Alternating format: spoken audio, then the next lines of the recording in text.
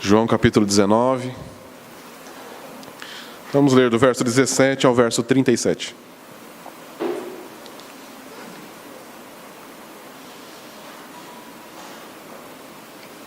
Só lembrando de onde a gente concluiu a semana passada, Jesus é julgado e termina no verso 16 ali. Então Pilatos o entregou para ser crucificado. Então, verso 17. Levaram então Jesus, e ele, carregando a própria cruz, saiu para o lugar chamado Caveira, que em hebraico se chama Gólgota.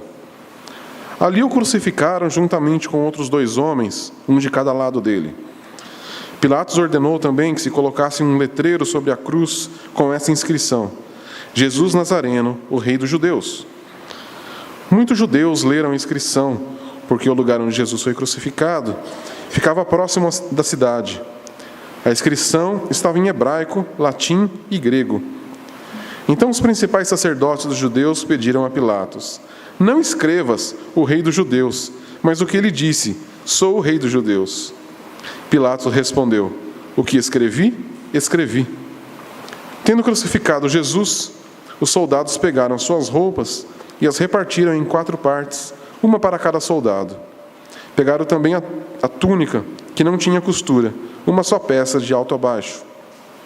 Por isso disseram uns aos outros: não a rasguemos, mas tiremos sortes para ver de quem será, para que se cumprisse a escritura que diz: repartiram entre si as minhas roupas e tiraram sortes. E assim fizeram os soldados. Em pé, junto à cruz de Jesus, estavam sua mãe, a irmã de sua mãe, a mulher de Clopas, chamada Maria, e Maria Madalena. Vendo ali sua mãe, e ao lado dela o discípulo a quem ele amava, Jesus disse à sua mãe: mulher, aí está o teu filho. Então disse ao discípulo: aí está a tua mãe.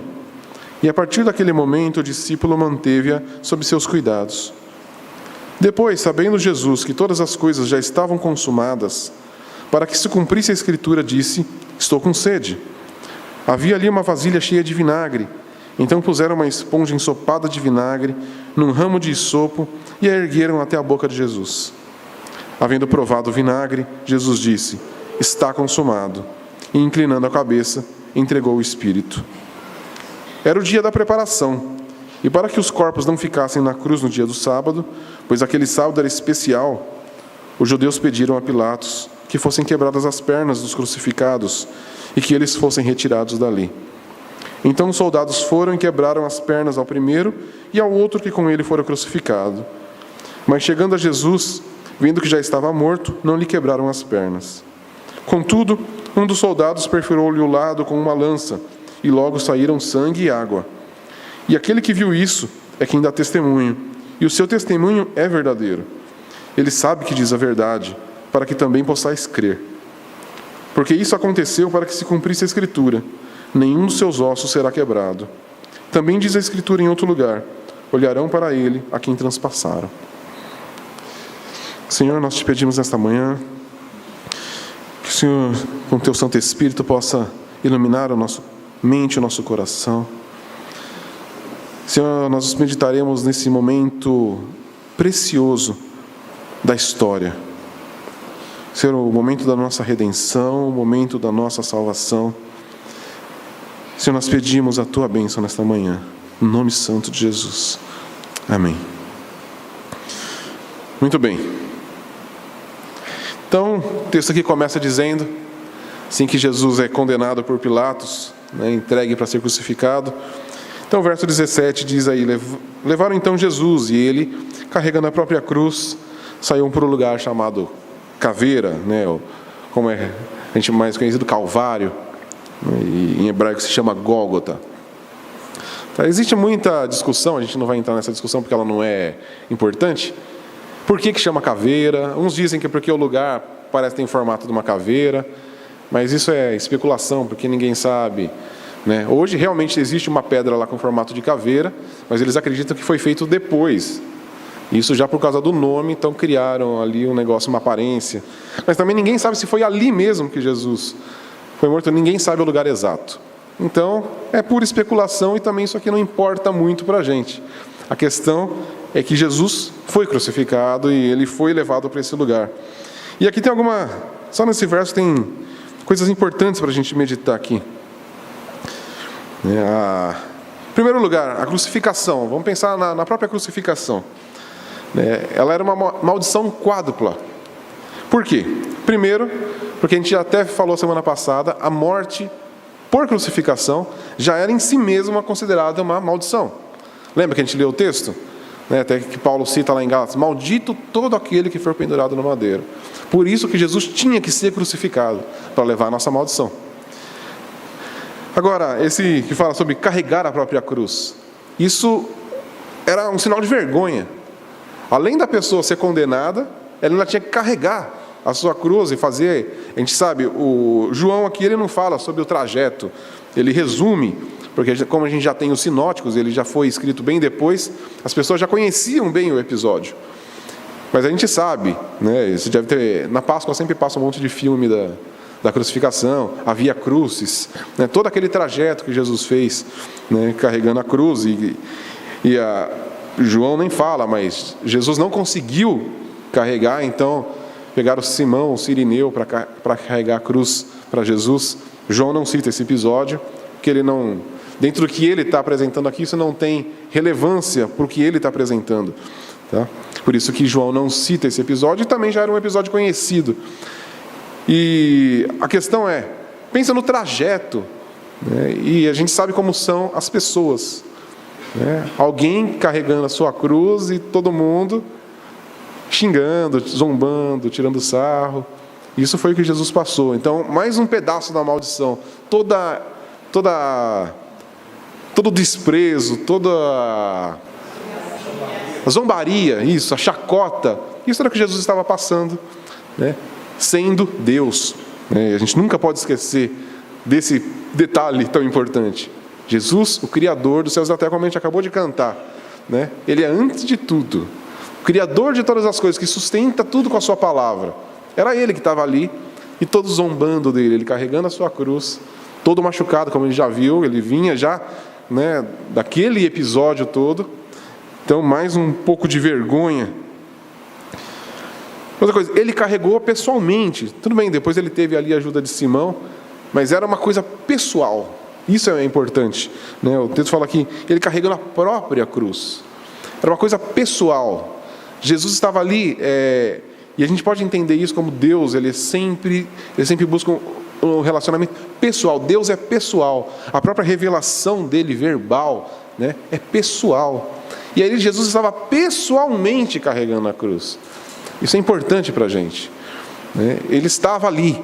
Ele veio como homem, carregando a cruz, Ele mesmo. Tá? E depois aqui o texto fala que Ele saiu. A questão de sair é porque Ele saiu da cidade. Saiu dos muros da cidade. Isso aqui é muito importante. E a gente vê como a Bíblia lá se completa perfeitamente. Porque lá em Êxodo 29:14, falando quando Deus estipula o sacrifício, e aí está lá, mas queimarás fora do acampamento a carne, o couro e o excremento do novilho. É sacrifício pelo pecado. Então, o fato de Jesus ser levado para fora da cidade mostrava que era um sacrifício pelo pecado. Porque o sacrifício pelo pecado deveria ser feito fora dos muros da cidade, não dentro do templo. Por isso que Jesus não morreu dentro do templo, Ele morreu fora da cidade. Porque o que Ele estava fazendo ali? Sacrifício pelo pecado. Então João deixa isso muito claro para a gente. Ele estava escrevendo para quem conhecia o Antigo Testamento. Então quando ele fala, saiu, e aí depois a gente vai ver lá, o escritor aos Hebreus vai apresentar isso de uma maneira, da mesma forma que Jesus saiu, nós também saímos. Porque Ele saiu, nós saímos também. E isso é importante para a gente.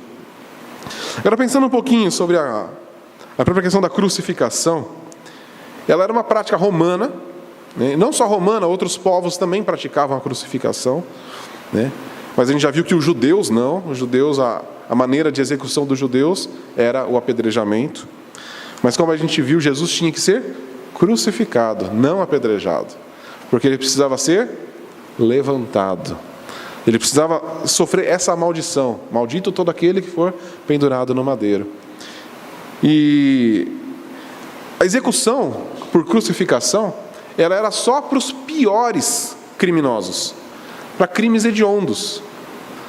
Isso a gente vê, né? E a gente olha para Jesus, que o próprio Pilatos diz: não vejo nele culpa alguma.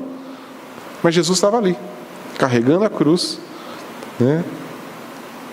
A pior morte que tinha, não no sentido de sofrimento, mas a pior morte no sentido de como a pessoa era vista. Alguém que estava sendo crucificado era porque era um mau elemento, era alguém que não era digno de viver em sociedade. Ele tinha que ser morto, porque ele prejudicava a sociedade, né? E a forma de crucificação, a história diz que muitas pessoas foram crucificadas, porque era um jeito também, exatamente, da pessoa ser levantada, quem passava via. Então era como se fosse uma advertência: olha como você vive, porque senão você vai parar aí também. Então era uma coisa muito vergonhosa ser crucificado, tá? E Jesus, o santo, o justo, o Deus criador dos céus e da terra, aquele que nunca cometeu pecado, estava ali, sendo crucificado. E então o verso 18 diz ali: e ali o crucificaram, né? João também não entra nos detalhes da crucificação, a gente sabe como foi, né? Eram cravos que perfuraram as suas mãos, seus pés, né? Existe uma discussão se era na mão mesmo, se era no punho, né? E acredita-se que era no punho e não nas mãos, porque a gente sabe, pensa no peso do corpo. Se você põe um prego na mão, ele rasgaria. Então acredita-se que é entre esses dois ossos, que eu não lembro o nome nunca, e aí, porque aí o osso segurava o peso do corpo.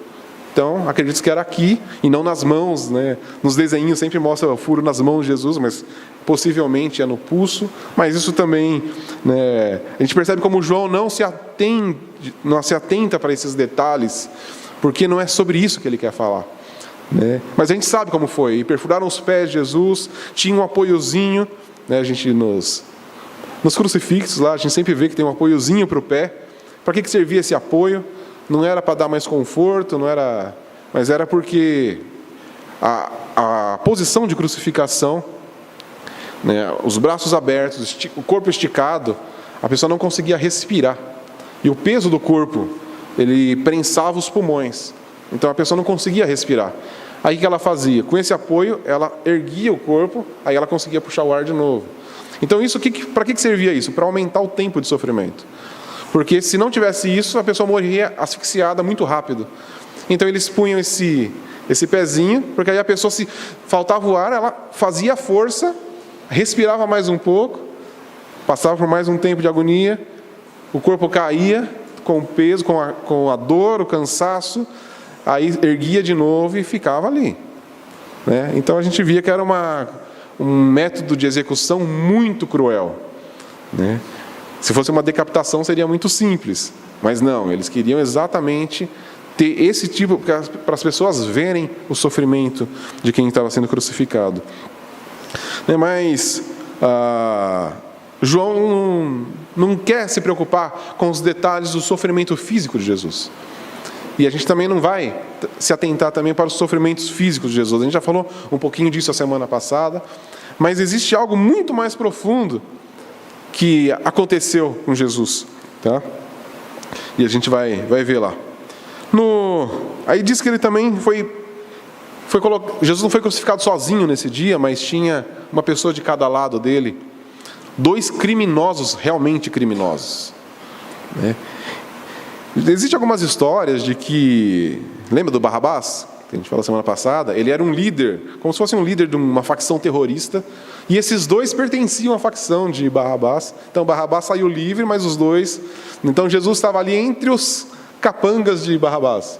Mas isso é história, a Bíblia não fala, então... E também não importa muito, mas é possível para a gente entender quem era o tipo de pessoa que estava ali do lado de Jesus. Porque existe um falso entendimento, né, do ladrão mau e o ladrão bonzinho. Não tinha ladrão bonzinho. Os 2 eram criminosos. E como eu falei, se era crucificação, era para crimes hediondos, esses caras eram assassinos. Eles não roubaram uma fruta no mercado, né? Eles eram assassinos. Que quem morria na cruz era assassino ou quem se rebelava contra Roma, né? e aprontava algum tipo de coisas desse jeito. Mas como a gente vê aqui, eles estavam sendo crucificados, eles eram realmente criminosos. E estava ali Jesus entre dois criminosos, para que também se cumprisse a Escritura, ele foi contado entre os malfeitores. Então a gente percebe que tudo, João vai apontar muito para o cumprimento das Escrituras, para todas as profecias que vieram acerca de Jesus. Então, o fato de estar lá, Jesus entre dois outros assassinos, outros dois criminosos, mostra, Jesus foi contado entre os malfeitores. E aí, sempre lembrando, Jesus, o santo, entre dois criminosos, contado junto. Quem passava e olhava, está ali, 3 criminosos foram crucificados. Essa era a impressão que se tinha ao olhar aquele quadro da crucificação de Cristo. A questão ali, como eu falei, da crucificação, embora esse sofrimento seja muito intenso fisicamente, a gente não vai focar no sofrimento físico, mas existe um sofrimento muito maior que Jesus passou ali, que era o que ele pediu ali no jardim de Getsemane: Pai, se possível, afasta de mim esse cálice. Jesus não tinha medo do sofrimento, Jesus não tinha medo da dor. Jesus ele poderia muito bem suportar essa dor, como ele suportou. Mas o grande problema, vamos dizer dessa maneira, para Jesus, qual que era? A separação de Deus.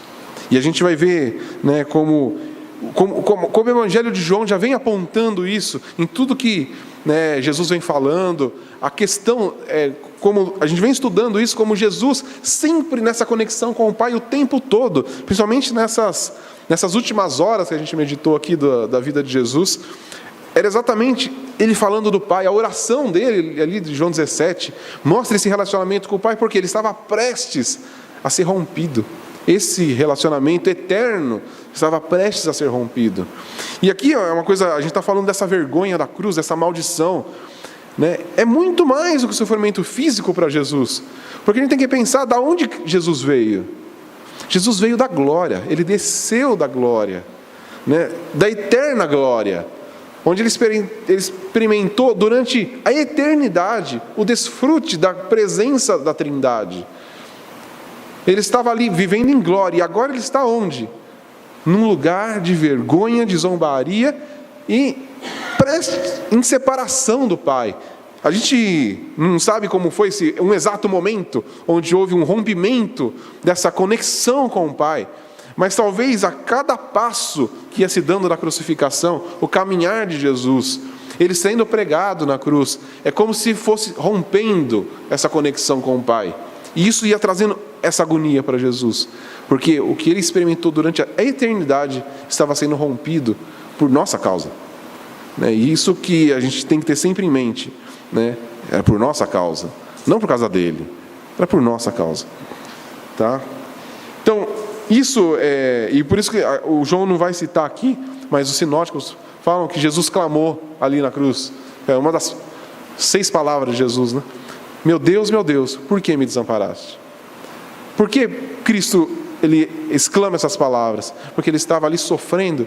Ele não reclama de dor, ele não reclama, está doendo, ele não fala, para com isso, em momento algum, mas ele clama, meu Deus, por que me desamparaste? Então a gente percebe como essa quebra da conexão com o Pai foi a gente pode dizer, o ápice do sofrimento de Cristo. E isso a gente nunca vai entender. Então quando a gente cantou aquela semana passada, a gente nunca vai saber o preço, porque a gente nunca experimentou a eternidade. Uma eternidade de glória em conexão com a Trindade, para saber o que é ser separado disso. A gente já nasceu separado, e aí Cristo nos conectou com isso. Então a gente só conhece o ligamento, nunca o rompimento. Jesus experimentou, e só ele podia experimentar isso. Mas continuando aqui, o texto diz ainda aqui no verso 19, que Pilatos ordenou que se colocasse um letreiro sobre a cruz, Jesus Nazareno, o rei dos judeus. Se a gente lê no sinótico, a gente vai ver que está um pouquinho diferente. E aí alguns dizem, está vendo? A Bíblia se contradiz, eles não sabem nem o que estava escrito. Não, a questão é que um texto não contraria o outro, eles só se completam. Talvez João seja o mais completo de todos, com a frase inteira. Jesus Nazareno, o rei dos judeus. Que cada um, Lucas, Marcos, vai falar cada um de um jeito. Ou era o rei dos judeus, mas João ele põe completo, talvez por ele ter sido escrito posteriormente. E outra, ele estava ali, como a gente vê mais para frente, quando fala o discípulo a quem ele amava, era o próprio João. Então, a gente viu, e a gente sabe pelos evangelhos, que todos os outros se mandaram. Cadê Pedro? Pedro não está aqui. Não, ainda que todos te abandonem, eu não. Cadê Pedro? Pedro não aparece na história. Ninguém sabe onde está Pedro. Cadê Tiago? Cadê todo mundo? Ninguém sabe. Só João está ali. Então João, ele realmente estava vendo o que estava escrito ali naquela cruz. Ele estava ali perto. Então eu acredito, um episódio como esse não se apaga da mente de alguém, principalmente de João, que andou com Jesus, e ele tem essa questão, o discípulo a quem ele amava.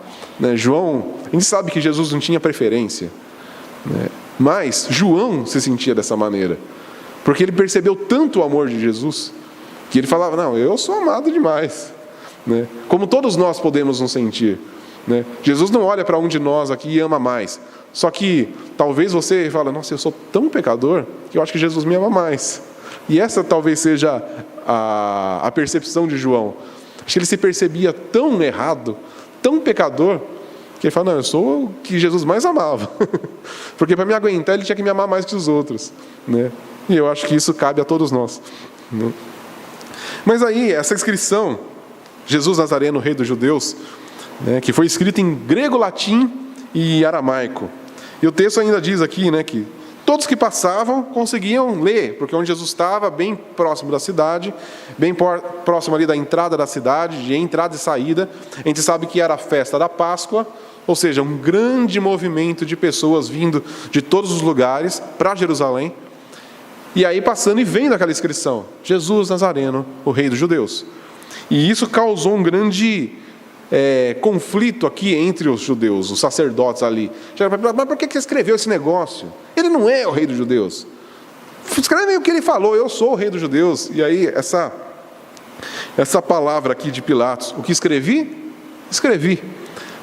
Pilatos, por que ele escreveu isso? Como a gente já viu antes, porque ele queria zombar mesmo, ele queria zombar dos judeus.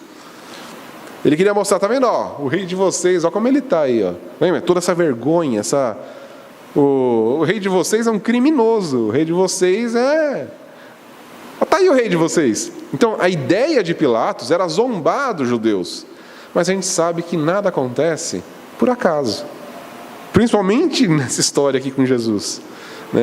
Desde antes da eternidade, Deus já havia determinado que essa plaquinha iria estar escrito sobre a cabeça de Jesus.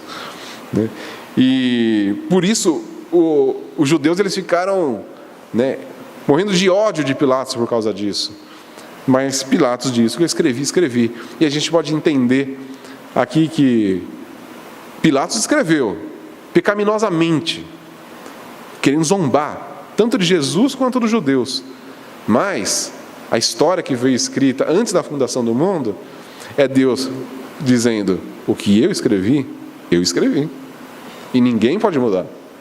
Então a gente pode pegar as palavras de Pilatos, que foram totalmente pecaminosas, mas a gente entender que por trás disso era Deus falando, o que eu determinei, o que eu escrevi, a história da redenção escrita, está escrita, e ninguém pode mudar isso. Vai acontecer. O que Deus preparou, o cordeiro imolado antes da fundação do mundo, está acontecendo. E ele é o rei. Ali era o momento da crucificação, como a gente viu, era o momento da glorificação. É ali onde Jesus estava sendo coroado como rei.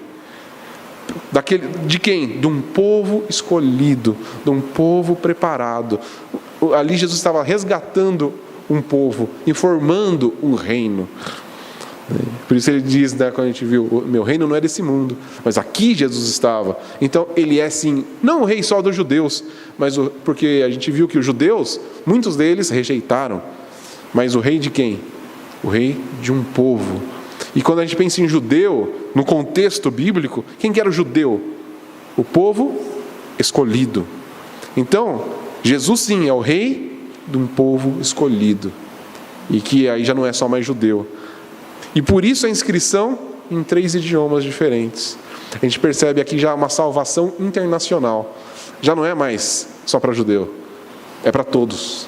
Agora, né, gente de qualquer tribo, língua e nação passava ali e via Jesus, rei do Nazareno, rei dos judeus. Então a gente mostra aqui já a amplitude da obra da cruz. Ela não era restrita agora para um povo, ela era aberta a todo o povo, língua e nação. Então, de todo o povo, língua e nação, agora sim, Deus estava juntando um povo exclusivamente seu. Amém? A gente percebe como pequenos detalhes que João vai colocando, né, e como a gente vai entendendo isso. Aí, continua aqui o episódio falando sobre as vestes de Jesus, né, e eles falam que os soldados pegavam as peças de roupa e repartiram entre 4, possivelmente eram 4 soldados, geralmente era esse o número de soldados que trabalhavam numa crucificação, e a gente vê que era comum eles pegarem as roupas dos condenados e repartirem entre si, e a gente vê aqui que, então Jesus tinha 5 peças de roupa, porque eles dividiram entre os 4 e sobrou a túnica, que era de uma peça única, e eles perceberam que não era bom rasgar entre eles, então eles tiraram sortes para ver quem que ia ficar com essa túnica de Jesus. E até o próprio João põe aí, que era para se cumprir a profecia do Salmo 22. Né? Vamos abrir lá. Depois, se você ler o Salmo 22 inteiro, você vai... O Salmo 22 é um salmo de Davi, onde ele está falando do sofrimento dele como rei, né? Só que a gente sabe que muito do que está aqui, Davi, embora comece a falar dele, tem hora que ele já não está falando mais dele, porque a gente não tem nenhum episódio narrado nas Escrituras onde repartiram as roupas de Davi, onde tiraram sorte sobre a roupa de Davi. Por que Davi falou isso? Profeticamente, tá? Então a gente vê ali no verso 18: repartem entre si minhas roupas e tiram sortes sobre a minha túnica. É muito descritivo. O que João diz aqui? Repartiram em 4 partes, uma para cada soldado, pegaram também a túnica e sobre essas eles tiraram sorte. Percebe? É o cumprimento exato do verso 18 aqui do Salmo 22. E a gente percebe como nada aconteceu por acaso. Toda a história, ela estava caminhando da maneira como foi escrita. Então a gente percebe esse cumprimento das Escrituras aqui. Agora, uma outra coisa que é importante, além de um cumprimento das Escrituras, que João está nos mostrando aqui, é o fato de deixar bem claro para a gente que eles tiraram todas as roupas de Jesus. Quando a gente vê os filminhos de Páscoa, Jesus está sempre com tipo uma espécie de fralda, né? Não, mas isso não existia. Isso é só por causa do filme. Eles arrancavam toda a roupa do condenado e ele ficava totalmente nu ali na cruz, né? Para, claro, aumentar a vergonha, né, a zombaria. Mas, no caso aqui, existe algo a mais que é importante para a gente. E a gente entende por que tinha que ser crucificação, porque essa era a maneira como se fazia. Mas, dentro do plano da redenção, sempre tudo tem significado. Nada é por acaso. Então, a questão de tirar as roupas de Jesus não era só para zombar um pouquinho mais dele. Mas a gente viu, lembra da semana passada, quando a gente falou da coroa de espinhos? A gente lembra lá de Gênesis. E aí, lembrando de Gênesis de novo, quando Adão e Eva pecam, o que é a primeira coisa que eles percebem? Estávamos nus. Então, o pecado traz o quê? Vergonha. A vergonha da nudez. E o que Jesus estava levando aqui? A nossa vergonha. De novo, né? Jesus estava levando a nossa vergonha ali naquela cruz. Então não era por acaso, não era só uma zombaria a mais de Jesus. Jesus sabia o que estava acontecendo. A culpa do pecado estava sendo levada ali. As consequências do pecado estavam sendo levadas ali sobre Jesus. Para que nós não precisássemos mais ter a culpa, nem sentir a vergonha do pecado. Ele estava levando sobre si a culpa do pecado. Amém? Então, e aí ainda o verso 24 termina: e assim fizeram os soldados. E a gente pode pensar, eu ouvi essa frase, eu achei muito bacana, de um autor, e ele fala: os soldados cometeram um ato vergonhoso. É ou não é? Toda a narrativa que a gente vem desde o julgamento, tudo isso que os soldados vêm cometendo com Jesus, era um ato vergonhoso, né? Mas por meio desse ato, o plano de Deus se cumpriu. Então, ao mesmo tempo, a gente pode olhar para esse episódio e a gente pode sentir uma repugnância do que esses homens fizeram. Só que, ao mesmo tempo, isso nos traz adoração, por causa do que Ele fez por nós. Não por causa do que os soldados fizeram com Ele, mas porque Ele se submeteu a isso para a nossa redenção. Então a gente olha para esse episódio e a gente sente repugnância. Como fizeram um negócio desse com Jesus? Mas a gente olha também, olha o que Jesus se deixou fazer, e a gente adora Ele. Então, o episódio da cruz, ele causa essas duas sensações em nós, né? Essa repugnância pelo o que fizeram com Jesus, mas principalmente pelo que Jesus se permitiu fazer por causa da grande obra da redenção. Amém? Mas continuando aqui, e esse episódio é muito interessante, a partir do verso 25, diz que estava ali aos pés da cruz a mãe de Jesus, a irmã dela e Maria Madalena. E tinha ali também João, o discípulo a quem Jesus amava. E aí a gente vê, e aí Jesus olha, sabe, Jesus pronunciou 6 palavras só enquanto estava na cruz. E uma delas é essa aqui. Ele olha para Maria, ele olha a sua mãe ali, e ele vê o sofrimento dela. Se a gente consegue sentir uma certa comoção lendo a narrativa do que fizeram com Jesus, né? Agora pensa no sentimento da mãe de Jesus, de Maria ali.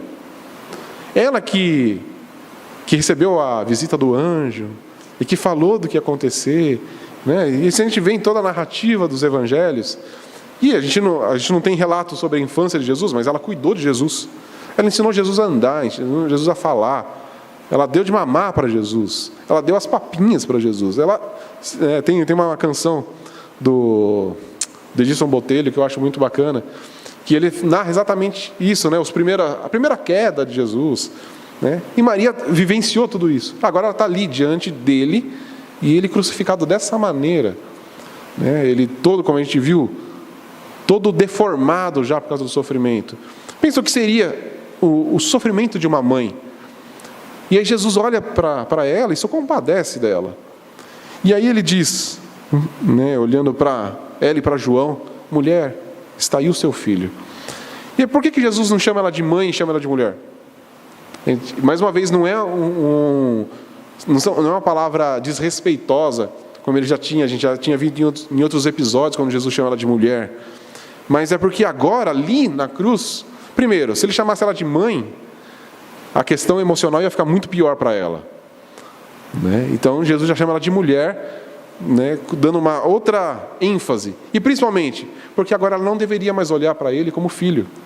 Ali na cruz, Jesus não era mais o filho de Maria, ele era o Senhor dela. Ele era o rei que estava sendo crucificado ali. E Maria precisava olhar para Jesus não mais como filho dela, mas como seu Senhor e seu Salvador. Por isso ele fala: mulher, está aí o teu filho, né? Se preocupa com ele agora, porque agora eu sou Senhor, eu sou rei. Então comigo você não precisa se preocupar não, né? E ele fala para João: cuida dela. E a gente percebe aqui um cuidado, né? Nesse momento Jesus ainda se preocupa com o cuidado dela. E aí fala para que João cuidasse dela, e a gente vê aqui que João cuidou dela, né? A partir daquele momento João passa a cuidar dela. Foi ali João, e a gente pode, claro, é tudo especulação, mas a gente pode pensar: Por que João não morre rápido? Porque ele tinha que cuidar de Maria, que Jesus deixou essa incumbência para ele. Se ele é que nem Tiago, que morre rapidinho ali, quem que ia cuidar de Maria? Então, claro, isso daí é só... A Bíblia não fala nada sobre isso. Mas a gente chega a conclusões nossas, né? Muito bem, continuando. Jesus diz aqui agora, depois desse episódio, no verso 28, isso é muito importante. Depois, sabendo Jesus que todas as coisas já estavam consumadas, então a gente percebe aqui Jesus ali sofrendo, só que Jesus em momento algum ele perdeu a noção do que ele estava fazendo ali. Jesus não se perde no seu sofrimento, Jesus não fica ali meio, como a maioria de nós fica quando está sofrendo qualquer coisa. A gente fica doente, já perde a noção, já fica, Não, Jesus não. Ele está ali sofrendo, plenamente consciente do que ele está fazendo ali. E aí então o texto diz, ele percebendo que todas as coisas tinham sido consumadas, para que se cumprisse a Escritura, ele disse, tenho sede. Então, Jesus ainda se preocupa que todas as profecias acerca dele deveriam ser cumpridas. Ou seja, toda a Escritura está diante de Cristo ali. Todo o plano de Deus, todo o Antigo Testamento está ali, latente na mente de Cristo. E ele fala, não, todas as coisas foram consumadas, mas ainda tem mais uma coisinha. Tenho sede. E ele declara, tenho sede. E essa frase, tenho sede, e aqui, aí o texto diz que havia ali uma vasilha cheia de vinagre, e a gente até pensa, num primeiro momento, que ali os soldados queriam zombar de Jesus mais uma vez, dando vinagre para ele. E por que teriam uma vasilha de vinagre? A questão é que esse vinagre era, na verdade, um vinho muito ruim, que era o vinho que os soldados bebiam. Quando eles estavam ali, eles ficavam tomando aquele vinagre. Tá? Era um vinho meio azedo. Então, era o vinho mais barato que tinha. Era o que os soldados tomavam. Então, quando Jesus declara, tenho sede, o soldado, tá bom. Aí ele molha, nesse sopro, que é tipo uma esponjinha, uma planta que parece uma esponja, molha nesse vinho azedo, nesse vinagre, e leva até a boca de Jesus. Possivelmente tinha uma haste, um caule, e aí é com isso que ele leva até a boca de Jesus. Isso para se cumprir também o que está no Salmo 69, no verso 21. Vamos lá, abrir ali rapidinho. Salmo 69 é outro salmo de Davi, e aí a gente percebe ali também que é outro salmo profético de Davi. E aí está escrito lá, deram-me fel para comer, e quando senti sede, me deram vinagre para beber. Então, por isso Jesus declara essa palavra, tenho sede, para que dessem o vinagre. E aí, mais uma profecia sendo cumprida. Tá? Agora, tem uma outra coisa que é importante aqui, que a gente precisa entender, que fica um pouco nas entrelinhas. Essa frase de Jesus, estou com sede. E aí eu tenho um compositor que eu gosto muito, que chama Estênio Márcios, e ele compôs uma música exatamente com essa frase, tenho sede. E eu achei de uma sensibilidade impressionante. Aliás, eu acho ele que tem uma sensibilidade impressionante em diversas outras canções. Mas nessa ele conseguiu captar algo exatamente só com essa frase de Jesus, que talvez a gente nunca tivesse percebido. Eu pedi para o Jefferson separar ali, e ele vai ler a letra dessa canção para a gente. Sou eu quem faz chover na terra que se quebra, rio a beleza, a força e o som das cachoeiras transformam um simples gotejar de um olho d'água num ribeirão que mais parece um oceano. Desenho o curso desses rios com meus dedos, o meu amor condensa e faz nascer o orvalho. De que me serve tudo isso quando agora todo o meu ser reclama e clama, tenho sede. Os pobres, cegos, sou a luz de imenso brilho. Eu ergo eretos os aleijados que rastejam, Sou a canção dos mudos, lira para os surdos, a esperança dos que já não acreditam. Eu me entreguei demais, doar é o meu destino. Nada pedir, é pedra e pó no meu caminho, somente agora. E mesmo assim, ninguém me atende. Quando o meu ser reclama e clama, tenho sede. Eu morro assim sedento em um mar de ingratidão. Na alma seca nasce a flor do meu perdão. Transformo a cruz em uma fonte de água viva para todo aquele que disser, eu tenho sede. Que sensibilidade que esse homem teve, né? Ali, por que Jesus, né, clama, tenho sede? Se a gente pensar no contexto todo que a gente vem estudando de João, né, a gente vê que alguns capítulos para trás, o que Jesus vai declarar? Eu sou a água viva, né? Quando ele fala lá em João capítulo 4 com a mulher samaritana, quem beber dessa água jamais terá sede, rios de águas vivas fluirão do seu interior. E aqui Jesus na cruz clama, tenho sede. Porque, exatamente como esse autor declara, porque ele fez da cruz a fonte de água viva. Ali Jesus clamando, tenho sede, ele estava transformando aquela situação toda numa fonte de água para nós que clamamos, eu tenho sede. E sede do que? Não é essa sede física, mas a sede espiritual. Para todos aqueles que clamam, eu tenho sede. Jesus veio para os fracos, Jesus veio para os oprimidos, para aqueles que clamam, eu tenho sede e eu preciso. É para esses que Jesus veio. E ali ele clamando, tenho sede, ele estava transformando aquele episódio cruel numa fonte de água viva para a gente, para que a gente possa se regozijar, matar a nossa sede, se saciar nele. Foi para isso que ele veio. A gente vê todo o cumprimento aqui, como o Evangelho de João ele vem afunilando até esse momento, e a gente vai lembrando de todas as palavras que foram proferidas no Evangelho de João, tudo que a gente vem meditando, né, desde o início com o Cordeiro que tira o pecado do mundo, né, e é o que Jesus está fazendo aqui, né, todas as palavras, eu sou o pão da vida, eu sou a água viva, né, eu sou o bom pastor, né, aquele que ouve a minha voz, segue, né, eu sou o bom pastor porque eu entro, né, pela porta correta, eu faço do jeito, eu não vim para roubar, eu vim para dar vida, e é isso que Jesus está fazendo aqui. Aqui a cruz, ele é o ápice de toda a obra de Jesus, né? Então, esse é o ponto alto de toda a história da humanidade.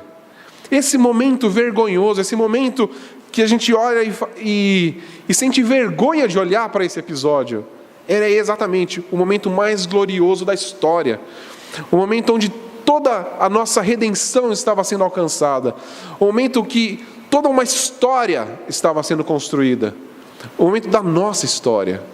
Porque se não houvesse esse momento da cruz, nós estaríamos morrendo de sede. Mas Ele quis transformar tudo isso. Ele quis. Isso é importante sempre frisar. Ele quis, ninguém o obrigou. Ele passa por tudo isso, né? Embora a canção ali diz, né, e ninguém atende, mesmo quando eu digo, né?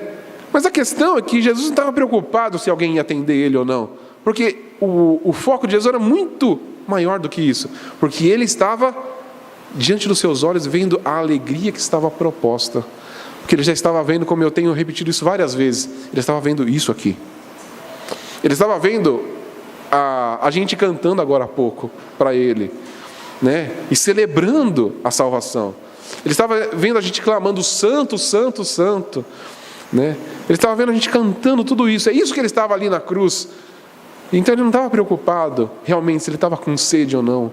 Ele clama, tenho sede, para que se cumprisse as Escrituras e para fazer essa conexão com a gente, porque a gente tem sede. E aí ele se compadece de nós e ele clama, tenho sede, para que a gente não precisasse mais sentir sede. Amém? E aí, verso 30, e havendo provado o vinagre, então Jesus diz, está consumado. E essa talvez seja a palavra mais importante para a gente de todas, né? Se tem uma palavra que a gente tem que ter sempre diante dos nossos olhos de todo o Evangelho é: está consumado. Não há mais nada a ser feito. Não precisa mais nada.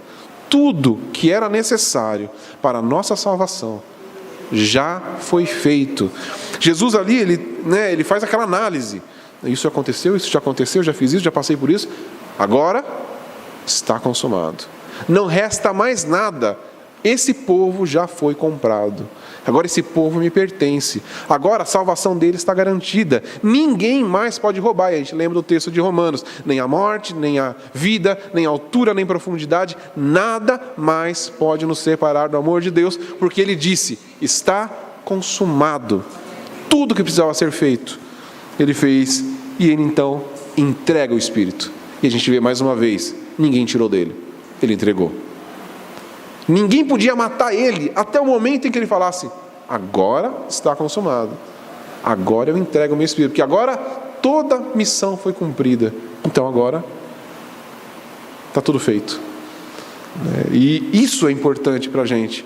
Isso tem que, por que eu falei que isso tem que estar sempre diante dos nossos olhos? Para que a gente nunca pense que alguma atitude nossa pode mudar a nossa salvação. Que se a gente for melhorzinho, se a gente orar mais, isso garante a nossa salvação. Não. Se a gente ler mais a Bíblia, então a nossa salvação está garantida. Não, a nossa salvação foi garantida ali naquele momento. Nós oramos e nós lemos a Bíblia por quê? Para conhecer melhor dele. Porque a gente quer se relacionar com ele, com quem já alcançou a nossa salvação. É por isso que eu oro, é por isso que eu leio as Escrituras, é por isso que eu canto, porque eu celebro isso. Eu não venho, E por isso eu acho tão fora do prumo falar que quando a gente adora, é isso que atrai Deus. Não, é Deus que nos atrai, por isso a gente canta. Ele atraiu a gente ali. Nós somos atraídos pela cruz. E aí nós cantamos. Imagina que nós aqui reunidos, opa, Deus está lá de boa, vamos então aqui atrair Ele. Não, Ele nos atraiu com a cruz. E depois que Ele nos atraiu, aí tudo muda em nós. Aí nós cantamos com toda a alegria, com todo o nosso ser, com toda a nossa mente, com toda a nossa alma. Por quê? Porque Ele consumou todas as coisas. Então agora eu posso celebrar. Não tem mais uma participação minha no negócio. Ele fez todas as coisas. Eu só tenho que desfrutar do seu maravilhoso amor, da sua maravilhosa graça, dia após dia. E claro, responder a isso em gratidão, em adoração, em santidade, em louvor, em vida de justiça diante dele. Porque Ele nos comprou. Amém? E aí continua aqui. E era o dia da preparação, e a gente tem que sempre lembrar, era Páscoa. Então, era tudo significativo. Era o dia da preparação da Páscoa. Por isso que Jesus morreu nesse dia. Não podia ser nem antes, nem depois. Era o momento certo. E para que os corpos não ficassem na cruz no dia de sábado, pois aquele sábado era especial. Os judeus pediram para que Pilatos, para que fosse quebradas as pernas dos crucificados. A questão a gente sabe como é a importância para os judeus do sábado. E aí, não podia, porque o texto também do Antigo Testamento diz que não podia alguém ficar lá pendurado no madeiro no dia do sábado. Isso trazia maldição. Então, além da maldição que a gente vê que Jesus trouxe sobre si, era uma maldição para o povo, se durante o sábado, que era o dia do Senhor, alguém ficasse ali pendurado. E por isso essa preocupação com os judeus. E aí falando que era um sábado especial. Por quê? Porque no sábado, a gente sabe que eles não poderiam tirar. Porque eles não faziam nada no sábado. Só que esse sábado era especial porque era a festa da Páscoa. Ou seja, esse sábado duraria 7 dias. Então, se eles não tirassem Jesus e os outros dois dali naquele dia, eles iam ficar ali por 7 dias. Então não podia. Então, por isso que tinha que ser antes de dar o horário do Shabbat, que é às 6 horas da tarde. Então, por isso que acredito que Jesus morreu ali por volta das 3 da tarde. Entre meio-dia e 3 da tarde é o horário, de acordo com os cálculos que se faz aqui. Mas antes das 6 horas já tinha que ter tirado esses corpos de lá, porque era sábado. E aí os soldados tinham esse costume de quebrar as pernas do crucificado. Por quê? Lembra que eu falei antes do apoiozinho? Se quebrava as pernas, como que esse cara ia conseguir respirar de novo? Então a morte era rápida. Então por isso que se quebrava as pernas. Além da dor que sentia ao se quebrar a perna com possivelmente um pedaço de pau, um martelo, sei lá, alguma coisa assim, né? Quebrava, a pessoa perdia o apoio, durava mais alguns minutinhos só e morria. E aí foi isso que eles foram fazer. Então possivelmente chegou um de cada lado, quebrou a perna de um, quebrou a perna de outro. Quando chegaram em Jesus, ele já não estava mais vivo, ele já tinha morrido, porque ele já tinha entregado o seu espírito. E aí João ainda diz aqui, né, que é para se cumprir outra profecia. Nenhum dos seus ossos foi quebrado, né? Só que ainda tem uma significância muito maior, porque a gente pensar na festa da Páscoa, quando Deus estipula a festa da Páscoa, que ele fala sobre matar o cordeiro, uma coisa não podia acontecer, que era o quê? Quebrar os ossos do cordeiro, né? Ele era partido, né, as suas partes separadas, o sangue, a gordura, mas não podia quebrar um osso. Então isso é também significativo, porque Jesus é o Cordeiro Santo de Deus. Então para ser o sacrifício perfeito, os ossos deles não podiam ser quebrados. E aí para se cumprir essas escrituras duplamente. Primeiro, pela profecia de que os ossos não foram quebrados. Segundo, porque não podia ser quebrados os ossos do cordeiro. E a gente vê aqui mais um cumprimento. E como o Antigo Testamento agora faz todo sentido diante da crucificação. E é isso que os judeus precisavam enxergar, né? Que tudo aquilo lá, e eles estavam ali celebrando, isso que é mais irônico, eles estavam celebrando a Páscoa. E eles estavam preocupados, né? Não, tem que tirar ali para a gente logo continuar a nossa festa. Continuar a nossa festa de celebração da Páscoa, da grande libertação. E estava ali o cordeiro, a gente precisa ali fazer a refeição da Páscoa, comer o cordeiro. E estava ali o Cordeiro de Deus diante deles. E eles queriam tirar logo dali. É uma grande ironia. Na verdade, a cruz tem várias ironias, né? Aqui o Evangelho de João não nos mostra, mas os outros evangelhos mostram, principalmente Mateus, que Jesus ali na cruz, e o que eles gritam para Jesus? Se salvou a todos, mas não pode salvar a si mesmo. É uma grande ironia, porque é uma grande verdade. Jesus salvou a todos, então não podia salvar a si mesmo, porque se ele salvasse a si mesmo, ele não salvava a todos. Jesus era Deus, então, se tu és mesmo filho de Deus, desce daí, né? E a grande questão aqui, pensa, Jesus na cruz, ali, todo mundo olhando. Jesus miraculosamente sai da cruz. Todo mundo ia falando, nossa, ele é realmente o Filho de Deus. Mas a redenção não tinha sido alcançada. E aí todo mundo falando, realmente ele é o Filho de Deus. E aí está todo mundo perdido, porque o pecado não foi expiado. Então por isso Jesus não desce da cruz. Mesmo tendo todo o poder para isso, ele fica lá, até tudo estar consumado, e ele entrega o seu Espírito. Amém? Então estava essa questão aqui das pernas serem quebradas, né? E a gente pode pensar que Jesus já tinha morrido e o soldado vem e perfura o lado dele com a lança, né? E sai água e sangue. Então, por que João escreve isso? Ele escreve isso para mostrar que Jesus realmente tinha morrido. Tem que entender que quando João escreve isso, já existia um pensamento entrando até no meio da igreja de que Jesus não morreu de verdade, né? E é um pensamento que ainda muita gente tem, que Jesus meio que desmaiou ali, então aí tiraram ele da cruz, aí depois, ele ressuscitou, olha só. Não, João escreve isso, ele põe, eu fui testemunha disso, ele ainda frisa isso, para que vocês creiam, ele morreu. O fato de enfiar uma lança do lado de Jesus era para mostrar, ele morreu, ele não estava desmaiado, ele estava morto. Era uma conferência, que o soldado chegou, esse aqui morreu, confere aí. Aí ele perfura o lado de Jesus, morreu mesmo, não precisa quebrar as pernas dele. Então era uma confirmação de que Jesus realmente morreu, ele não só desmaiou. Jesus era ali homem, morto na cruz, tá? Isso que João quer frisar. Só que alguns médicos, eles começaram a tentar entender isso, né? Por que saiu sangue e água? Porque se furar ao nosso lado, o que vai sair? Sangue. Por que sai sangue e água separado do corpo de Jesus, né? Então eles tentam entender a causa mortis de Jesus. Claro, eles não são definitivos nisso, porque não tem como, só com esse relato, um médico definir completamente.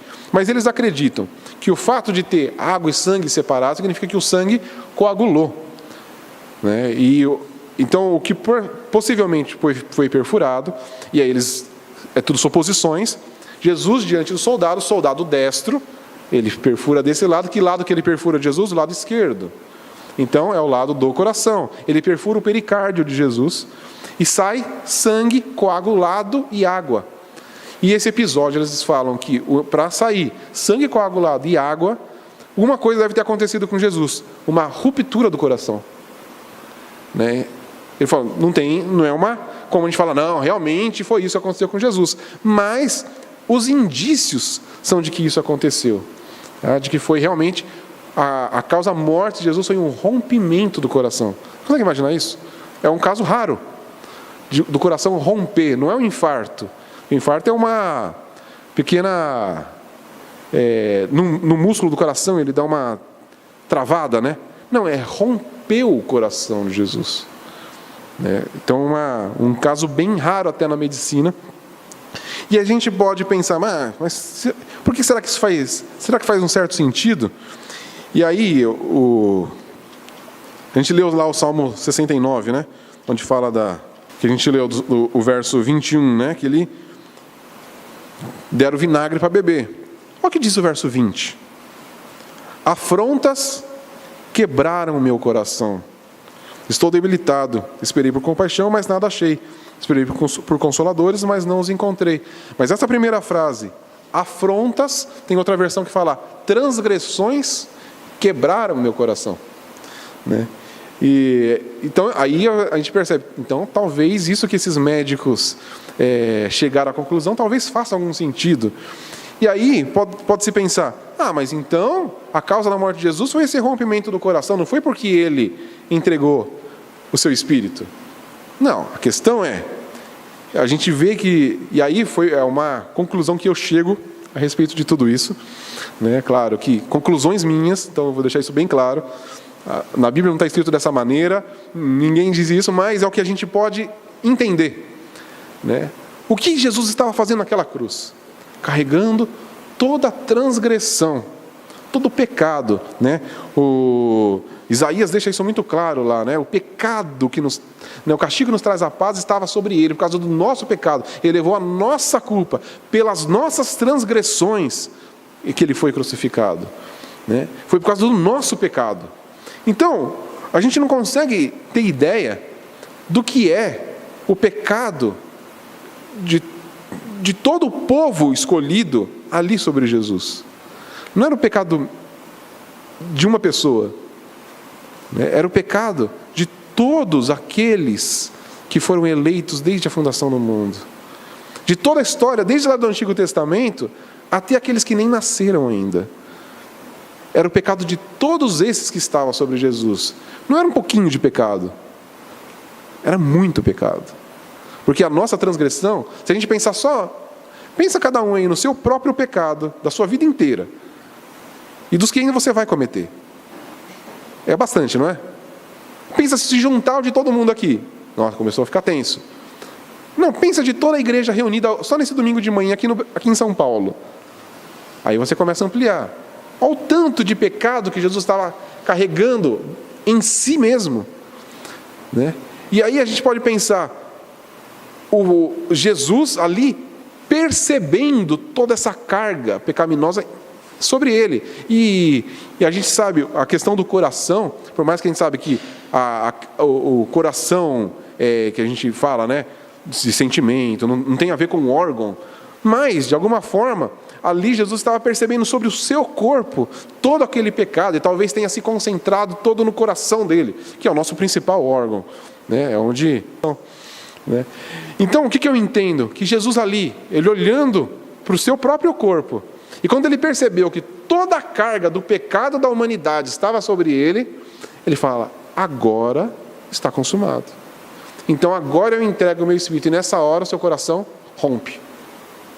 Essa é a Bíblia não fala, mas é uma percepção que eu consegui ter lendo os textos, estudando essas coisas.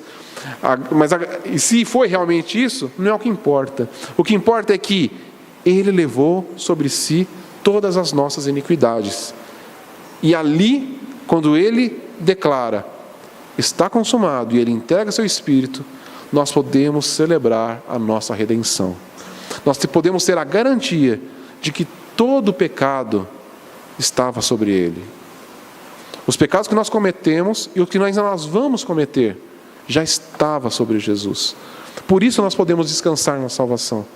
Por isso nós não precisamos nos preocupar com o medo de que alguma coisa pode tirar a nossa salvação, porque o nosso pecado estava sobre Ele. E isso tem que trazer muita gratidão ao nosso coração. Saber que se o coração de Jesus foi rompido pelo nosso pecado, para que a nossa conexão com o Pai fosse conectada novamente. A gente pensa nessa conexão de Jesus, esse rompimento de conexão entre Jesus e o Pai, e aí o próprio físico dele sendo rompido, por causa que a gente vê lá que Paulo escreve, porque todos pecaram e estão separados da glória de Deus. No fato de Cristo se separar do Pai, no fato do seu próprio coração talvez ali se desligar, Ele estava conquistando para nós a nossa conexão com o Pai. Então naquele momento de desconexão de Jesus, era o nosso momento de conexão com a eternidade. Ele estava ali nos conectando com a Trindade. Então, por isso que a cruz é o símbolo do cristianismo. Por isso que a gente canta aquela canção, sim, eu amo a mensagem da cruz. E dela eu vou falar até morrer. Por quê? Porque se a gente tirar a cruz da mensagem cristã, o que sobra? Nada. Não tem redenção, não tem salvação, não tem conexão com Deus. Esse é o cerne de todo o Evangelho, de tudo que a gente crê, está aqui, na cruz de Cristo.